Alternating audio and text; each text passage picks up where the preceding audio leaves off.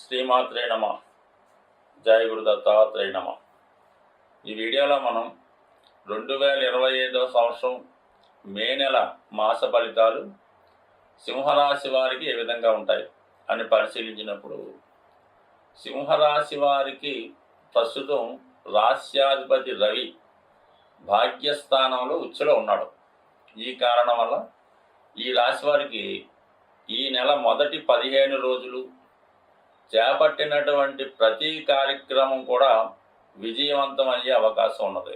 వీరి యొక్క వ్యక్తిగత హోదా పెరుగుతుంది. ఎక్కడికి వెళ్ళినా మంచి గుర్తింపు, గౌరవం కలుగుతూ ఉంటుంది. ముఖ్యంగా విద్యార్థులు వారు పాల్గొనే కాంపిటేటివ్ ఎగ్జామ్స్లో కానీ ఇంటర్వ్యూలో కానీ చాలా వరకు సక్సెస్ పొందడం జరుగుతూ ఉంటుంది.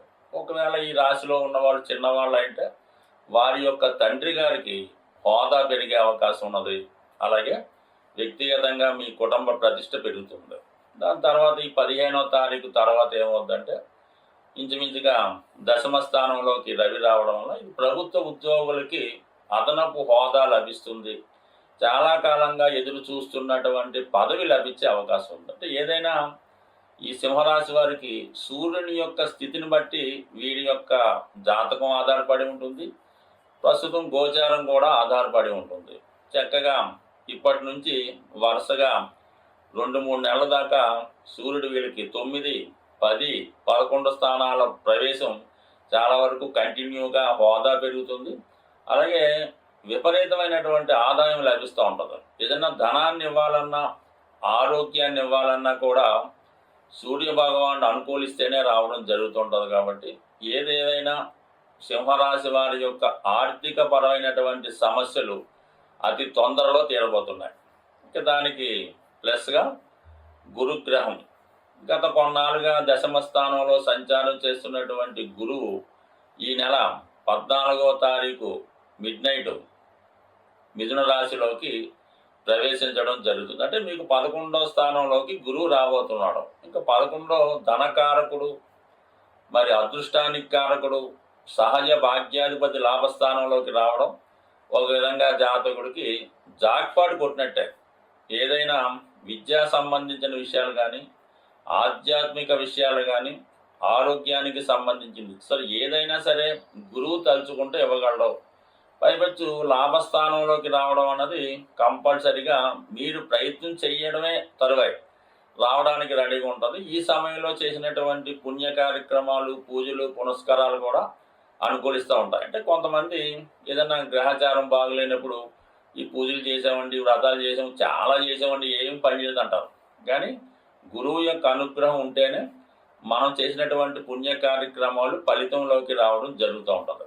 అటువంటి గురువు ఎప్పుడైతే లాభస్థానంలోకి వచ్చాడో మీకు ఈ జన్మలో అంటే గతంలో ఈ జరిగిపోయిన సంవత్సరం అంతా కూడా ఏదైనా పుణ్య కార్యక్రమాలు చేసి ఉంటే అవి ఈ సమయంలో మీకు అనుకూలించడం జరుగుతూ ఉంటుంది.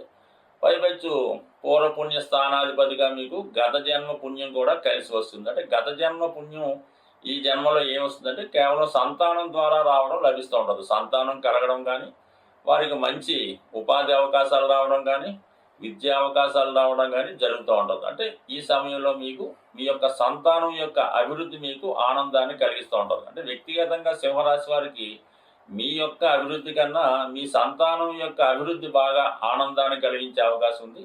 అది రాబోయే సంవత్సరం అంతా మీకు పుష్కలంగా లభించే అవకాశం ఉంది. సో ఇది వద్ద బాగుంది. ఓకే. 12వ స్థానంలో కుజగ్రహం వీడు మీకు ఏదో ఒక ఖర్చు పెడతా ఉంటాడు. మీకు పుణ్య కార్యక్రమాలకి, మీ ఇంట్లో ఏదో శుభం జరిగింది, ఏదో సంతానం కలిగారు, మీకు ఏదో పదవి వచ్చింది, నిరంతరం మీ దగ్గర పనిచేసేవాళ్ళు, మీ కార్యకర్తలు, మీ సహచరులు ఏదో విధంగా మీదే డబ్బు ఖర్చు పెట్టే కార్యక్రమాన్ని చేపడుతూ ఉంటారు. మీకు ఏదో మంచి జరగడం, వాళ్ళంతా రావడం, మిమ్మల్ని చక్కగా పొగడటం, ఏదో ఒక పార్టీయో ఫంక్షన్ అని మీ చేత పెద్ద మొత్తంలో ధనాన్ని ఖర్చు పెట్టే ప్రయత్నం కూడా చేస్తూ ఉంటారు. ఇక అలాగే చతుర్థాధిపతిగా 1000 స్థానంలో ఉండడం వల్ల గృహానికి అవసరమైనటువంటి వస్తువులు కొంటూ ఉంటారు. ఇక కుజగ్రహం, ఈ కుజగ్రహం 1000 స్థానంలో ఉండడం వల్ల మీకు ఏదో ఒక లాభం కలగడం, మీ బంధువర్గం, ఫ్రెండ్స్ అంతా కూడా ఏదో పార్టీ అని అదని మీ చేత బాగా ధనాన్ని ఖర్చు పెడతా ఉంటారు. మీరు కూడా అందరికీ కూడా గిఫ్ట్లు, బహుమతులు అవి ఇస్తూ ఉంటారు. ఇక చతుర్థాధిపతిగా 1000 స్థానంలో ఉండడం వల్ల స్థిరాస్తి కొనాలని మీ ప్రయత్నం నెరవేరుతుంది. అలాగే ఆ స్థిరాస్తి కొనడానికి మీ దగ్గర ధనం లేకపోయినా దానికి తగు విధంగా మరి 11లో వచ్చినటువంటి గురువు, రాబోతున్నటువంటి రవి, ఆ ప్రభుత్వ రుణం లభిస్తుంది. అంటే మీ యొక్క పిల్లల యొక్క సహకారంతో మీరు ఏదన్నా స్థిరాస్తి కొనడానికి కూడా ఈ కుజగ్రహం మీకు సహకరిస్తూ ఉంటుంది. అంటే ఏదైనా కుజుడు సింహరాశి వారికి యోగకారకుడు కాబట్టి రవి కన్నా కుజుడే ఎక్కువ ఈ సింహరాశి వారికి సహకరిస్తూ ఉంటాడు. అంటే మొత్తం మీద ఏంటంటే స్థిరాస్తి కొనే మీ ప్రయత్నం నెరవేరుతుంది. పిల్లల యొక్క చదువు కొరకు, వారి యొక్క ఆనందం కొరకు ధనాన్ని ఖర్చు పెడతారు. ఇది కూడా ఓకే. అయితే వచ్చిన ఇబ్బందుల్లో అష్టమ శని, అష్టమ రాహు, ఈ రెండు కూడా మీరు ఎంత మంచి చేయండి, ఎంతమందికి ఉపయోగపడండి, ఏదో ఒక ఇబ్బంది వాళ్ళ నుంచి విమర్శలు ఎదుర్కోవడం జరుగుతూ ఉంటుంది.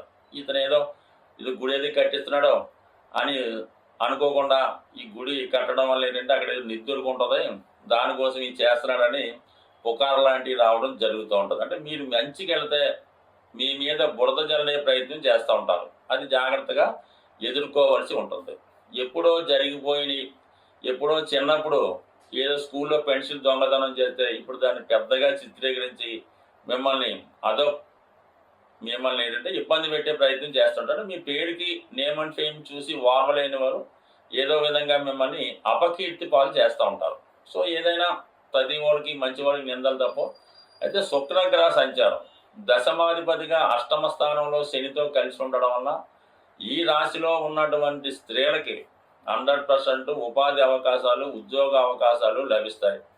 ఎవరైనా ఇండస్ట్రీలో అంటే అటు సాఫ్ట్వేర్ రంగంలో ప్రవేశించాలనుకున్నా, సినిమా రంగంలో ప్రవేశించాలన్నా కూడా వారికి ఓ మంచి అవకాశాలు కూడా 100% రావడం జరుగుతూ ఉంటుంది. బట్ ఏదైనా వృత్తిపరమైనటువంటి మార్పులు కొంతవరకు ఈ సమయంలో రావడం జరుగుతూ ఉంటుంది. కాబట్టి ఏదైనా అలా ప్రయత్నం ఏమైనా ఉంటే మీరు కంపల్సరీగా మంచే జరుగుతుంది. ప్రయత్నం చేయండి. కంపల్సరీగా హోదా, స్టేటస్, స్థితి కూడా మారే అవకాశం ఉంది. బట్ ఏదైనా ఈ రాశి వారు కొంతవరకు మనకు సంబంధం లేని కార్యక్రమాలలో పాల్గొకుండా ఉంటే మంచిది. ఒకవేళ ఎవరన్నా మిమ్మల్ని ఏదైనా హెల్ప్ అడిగినప్పుడు అది అవతల వాళ్ళు ఎంతవరకు న్యాయం ఉన్నది, వాడు నిజంగా మనకు కరెక్ట్గానే చెప్తున్నాడా, లేకుండా మనల్ని ఏదన్నా మోసం చేస్తున్నాడని పరిశీలించి మాత్రమే ఆ కేసు టేకప్ చేయాలి తప్ప ఏంటి పడితే దాన్ని తొందరపడి తెలియని విషయాల్లో ఇన్వాల్వ్ అయితే మాత్రం కంపల్సరీగా దానికి తగిన పనిష్మెంట్ అనుభవించవలసి ఉంటుంది. స్వస్తి. ప్రస్తుతం మనం మే నెల ఫలితాలు తెలుసుకుంటున్నాం కాబట్టి ఏదైనా ముందుగా ప్లాన్ చేసుకొని ఈ శుభ కార్యక్రమాలు, ఈ వ్యాపార ప్రారంభాలు ఇటువంటివి ఉన్నవాళ్ళు ఏమవుతుందంటే జూన్ నెల 10వ తారీఖు నుంచి జూలై 8వ తారీఖు మధ్యలో సుమారుగా నెల రోజులు ఈ గురుమౌఢ్యమి రావడం జరుగుతుంది. ఈ గురుమౌఢ్యం జరిగినప్పుడు సాధారణంగా వివాహాలు చేయడం కానీ, శుభకార్యాలు, కొత్త వ్యాపారాలు, గృహప్రవేశాలు లాంటివి సాధ్యమైనంత వరకు చేయకుండా చూడవలసి ఉంటుంది. అంటే మొత్తం మీద ఏంటంటే మనకి జూన్ 10వ తారీఖు నుంచి జూలై 8వ తారీఖు మధ్యలో అంటే ఏదైనా వివాహం కొరకు దానికోసం ప్లాన్ చేసుకున్న వాళ్ళు ముందుగా తెలుసుకుంటారని ఇది కొంతవరకు మీకు సూచనగా చెప్పడం జరిగింది. అందువల్ల ఏంటంటే ఏదైనా మీరు శుభముహూర్తాలు అలాంటివి ఏమన్నా ఉంటే మళ్ళీ మీకు జూలై 8 తర్వాత ఉండే అవకాశం ఉంది. అంటే మళ్ళా ఈ భాద్రపద మాసం, ఆషాఢ మాసం ఇవన్నీ ఉన్నాయి కాబట్టి ఈ పెళ్లి విషయంలో అనుకున్నవాడు ఈ మోడాన్ని కూడా గుర్తుపెట్టి దాన్ని బట్టి ముందుకెళ్తే మంచిది. బట్ దాని తర్వాత ఏంటంటే మరి ఈ నెలలో మేజర్ గ్రహాలు మారుతున్నాయి కాబట్టి అందులో ముఖ్యంగా గురువు మారినా పెద్ద ఇబ్బంది ఉండదు. ఏదో మంచి చేయడం మొత్తం మీద ఎవరికి అపకారం అయితే కలిగించడు. కానీ ఈ రాహు, కేతువులే చాలా వరకు ఇబ్బంది కలిగిస్తుంటాయి. అందులో పైపెచ్చు ఈ రాహు స్వక్షేత్రమైనటువంటి కుంభరాశిలో ప్రవేశించడం, అలాగే కేతువు సింహరాశిలో ప్రవేశించడం వల్ల సాధారణంగా అధికారులు అలాంటి బలహీనపడడం వల్ల రాహు స్వక్షేత్రంలోకి వచ్చినప్పుడు కొద్దిగా సంఘంలో, లోకంలో, దేశంలో అక్రమ వ్యవస్థ ప్రారంభమవుతూ ఉంటుంది అన్నమాట. ప్రతిదీ కూడా అనైతికల్గా, ఇల్లీగల్గా వ్యవహరించడం, ఏదైనా సరైనటువంటి క్రమశిక్షణ, న్యాయ వ్యవస్థ లేకపోవడం జరుగుతుంటుంది. అది వ్యక్తుల మీద కూడా ప్రభావం చూపుతుంటుంది. కాబట్టి కంపల్సరీగా మరి ఈ జ్యోతిష్ శాస్త్రాన్ని ఎవరైతే ఫాలో అవుతుంటారో అటువంటి వారు ఈ మే నెలలో కంపల్సరీగా ఒకసారి విఘ్నేశ్వరుని యొక్క అనుగ్రహం కోసం అవకాశం ఉన్నవాళ్ళు గణపతి హోమం చేసుకోవచ్చు. లేనివారు విఘ్నేశ్వరుని గరికతో అర్చన చేయించుకోవచ్చు. అలాగే రాహు యొక్క అనుగ్రహం కోసం, అమ్మవారి యొక్క అనుగ్రహం కోసం చేయించుకుంటే చండీ హోమం చేయించుకోవచ్చు. చండీ హోమంలో పాల్గొవచ్చు. లేదంటే అమ్మవారి కుంకుమర్చన అది చేసుకుంటే మంచిది. బట్ ఏదైనా ఈ రవిగ్రహానికి మనం నిరంతరం సూర్య నమస్కారం చేసుకోవడం, రాహు కేతువులను పూజించుకుంటే చాలా వరకు ఏ సమస్య లేకుండా చాలా అనుకూలంగా రావడం జరుగుతుంటుంది. బట్ బాగా సింపుల్ రెమెడీ ఏంటంటే, అది చూడడానికి చిన్నగా ఉంటుంది కానీ అవకాశం ఉన్న వాళ్ళకి కుదురుతుంది. అందరూ కుదరకపోవచ్చు.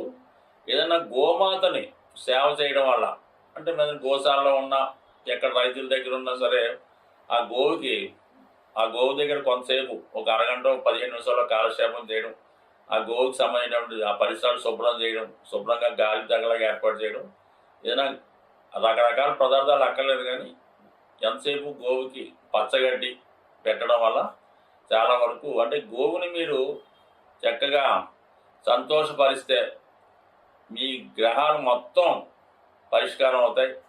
అందువలన గోవుల్ని పెంచడం, పోషించడం, ఆ పెంచుతున్న వారిని ప్రోత్సహించడం కూడా, అందువలన ఏంటంటే ఏదన్నా గోశాలకి డొనేషన్ ఇవ్వడం లాంటివి చేయడం వల్ల కూడా గ్రహాల యొక్క అనుగ్రహానికి పాత్రలయ్యే అవకాశం ఉంది. స్వస్తి.